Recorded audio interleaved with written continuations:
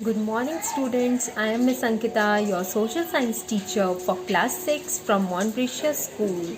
So, today we will be continuing with our chapter of civics about diversity. Okay, so please take out your social science book and open chapter number 1 of civics. Now, students, as we were discussing what caused the diversity, right? So in this we'll start with the next paragraph, that is the third paragraph. Please open page number 5 of civics. Okay, as I told you all in this paragraph that all the people, especially the migrants, okay, the people who move from one place to another in search of food, job, occupations, okay, to earn their living, they all, when the migrates, they develop a new culture by mixing up with the old ones, okay, with the people who are living in that particular place from before only, okay. So they mix up and merge with the cultures and the traditions and living style of the people who are already living in that particular place. That means a blend of local culture and the traditional culture of the migrants, okay. Now see, physiographic division and the climate of region also play very important role in creating diversity. For example, people living in hills profess different occupation as compared to people living in plains. Obviously, the people living in hills, they are more and more professional against the plantation of tea leaves, okay. More and more of tea are being produced, but in the places where there is plains, there agriculture can be done for many food grains, right? So diversity is created according to the area and its physiographic divisions, okay, according to the climate, temperature, everything, okay. To understand the concept of unity and diversity, let us read the following case study. Now we'll see the case study. The first case study will be about Ladakh and second will be of Kerala, okay. Now do you all know where is Ladakh? See here, Ladakh, and Ladakh is a union territory, right? Do you all know what is a union territory? Union territory is a place, is a state, okay, governed directly by the central government, okay. The central government directly govern that particular place, that is the federal territories, okay. Now let us see what they are saying. Look at the map of India and locate Kerala and Ladakh. First, as we'll discuss Ladakh, so I make you mark Ladakh. Please mark with pencil. Now see, can you list 3 ways in which the different geographical location of these two regions would influence the following? First, the food people eat. As the fooding style of the people, it differs from state to state, right? As you will go to West Bengal, you will see more and more of Bengali cuisine, right? And when you will go to Punjab, you will see more of Punjab cuisine. Like this, in different state there is different cuisine. Now second one, the clothes they wear. Now the clothing style is also different, and the work they do. Obviously the work, the occupation, it depends upon the physiographic division and climate of a particular region, right?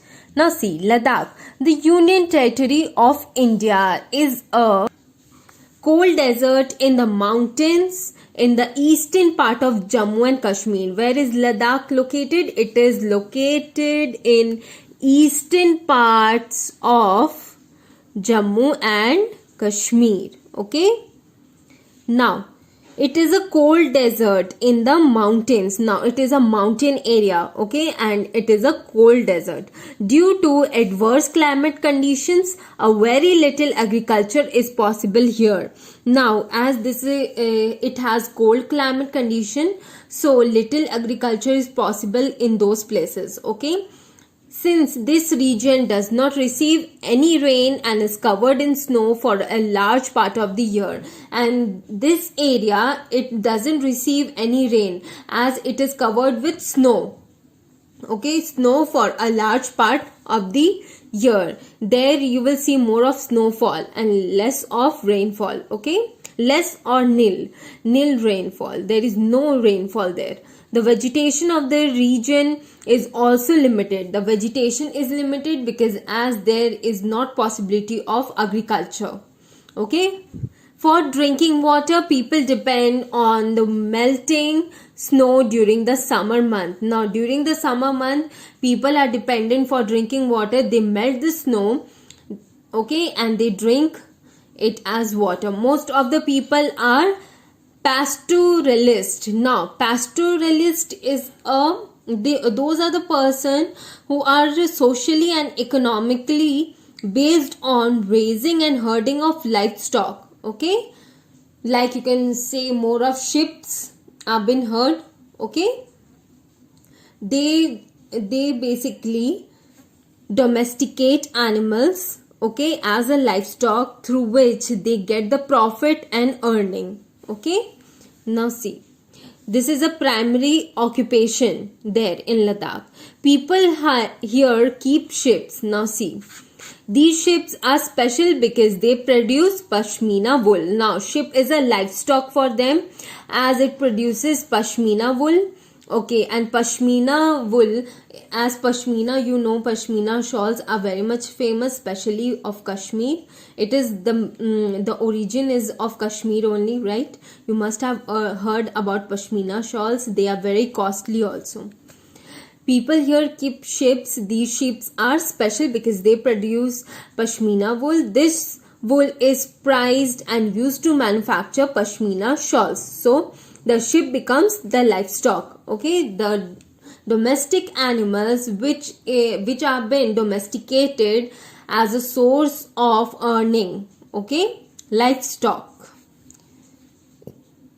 This wool is prized and used to manufacture pashmina shawls, which are highly prized in the market. The people in Ladakh carefully collect the wool of the ship and sell this to traders from Kashmir.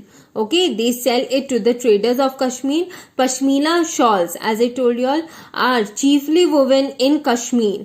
The people eat meat and milk products like cheese and butter. Each family owns some goats, cows and drows, that is yak cows. Okay, that means yak, you all know, yes, bhais. Now these are also the livestock. Okay, they keep them, they domesticate them so that they can produce more of cheese and butter, meat and milk, and they can also sell them and earn profit. Okay, being a desert did not mean that Ladakh did not attract traders or people.